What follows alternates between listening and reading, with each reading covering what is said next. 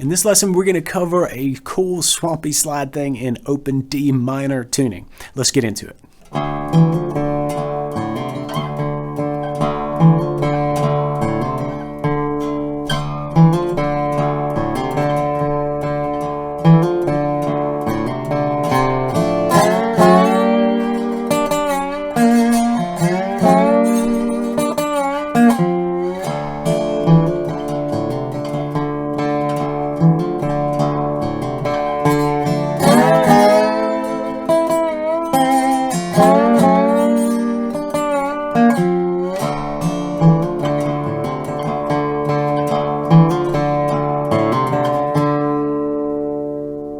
We've got a lot to unpack here, but we've got to start at the very beginning, and that's the tuning. I'm using open D minor tuning.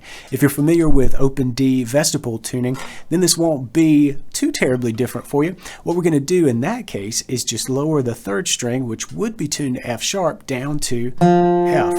And that F from the key of D gives us a real nice minor chord, open D minor. But if you need the entire tuning, here we go. Sixth string is tuned to D.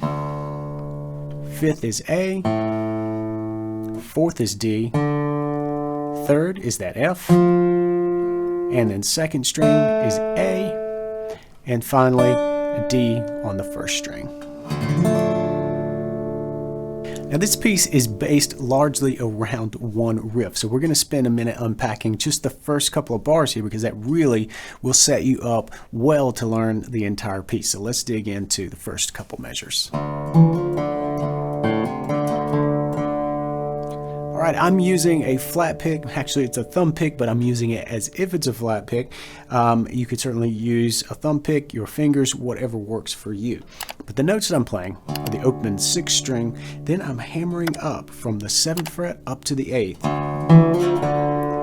and then the open D. That's an octave here, so really kind of is a cool way to roll from the major second up to the minor third, and then the octave there.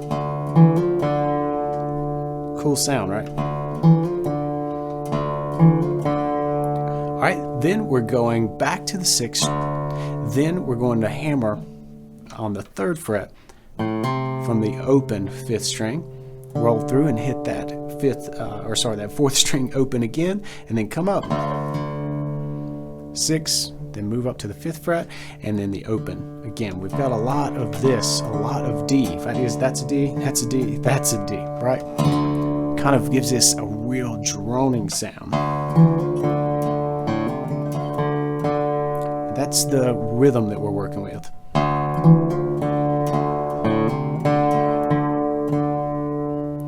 And notice that I'm not doing a palm mute. I've got my palm resting on my bridge cover plate here, the bridge cover for my Resonator, and just letting everything ring. I think that really contributes to sort of this dark and ominous sound that we've got going here. Now, essentially, once you know that riff pretty well, we're just changing the ending of it on the repeats. So we'll start with what we just did, right? But the next time, we're going to hang on that D, the fretted D, right? And then what we're going to do is go back and repeat the way we opened it, where we roll through and hit that open first string. It's more rhythmic than really anything there. And then what we're going to do finally to kind of set us up for a chord change is this. We're going to hang on that 3rd fret. That kind of gives us a sense of wanting to go somewhere. We're building up a little bit of tension here. And that's this, where we slide into the 5th fret.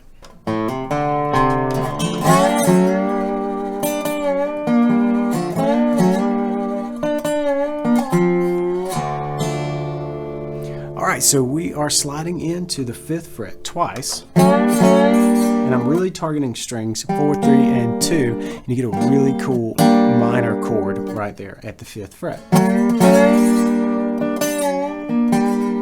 And a very simple lick here with the slide. I'm starting out on the 2nd string at the 5th fret, hitting it twice. On the second time, I'm sliding back to the 4th and then back up to the 5th.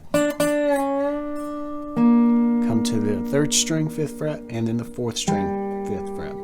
Then we're basically going to repeat that, except for the ending, instead of coming down here to the 4th string, we're going to that F note on the 3rd fret of the 4th string.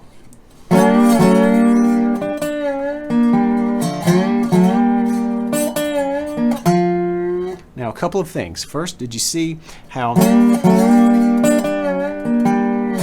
kind of pulled off right there before starting the next measure? It just kind of gives it a little breath right there at the end of this. Do the slide again.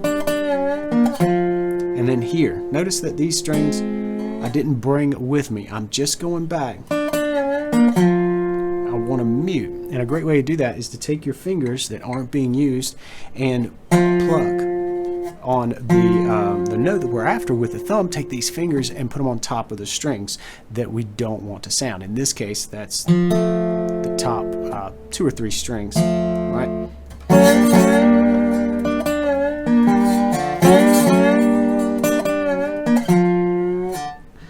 And in particular, strings 3 and 2 there, because they're going to be ringing because we've been using them. Okay? Now, armed with the main riff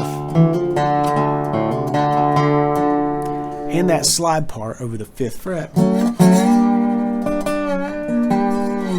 you're going to have enough information to put together an entire progression. There's just one alteration, and it really happens when we move up to the 7th fret, but we're going to do the same thing over the 7th fret that we did over the 5th fret. It's a way to keep some continuity going, keep it really musical.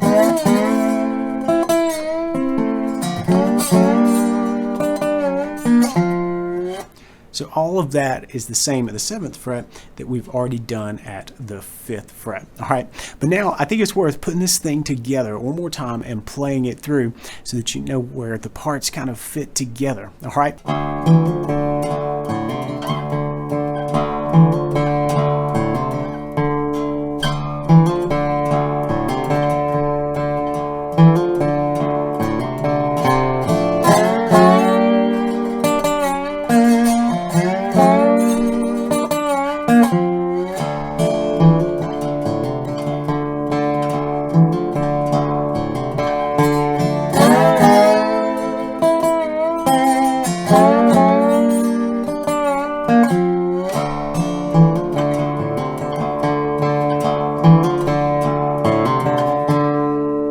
If you're new to slide, getting off on the right foot with it can be difficult, and of course if you've been playing for a while, you could probably use a tune-up in your technique. If that's you, then check out my guide for 5 simple steps to clean slide guitar playing. It's really foundational, fundamental stuff that I think will help you clean up your technique. All right, that's it for this lesson. I'll see you in the next one. Until then, practice smart and play on.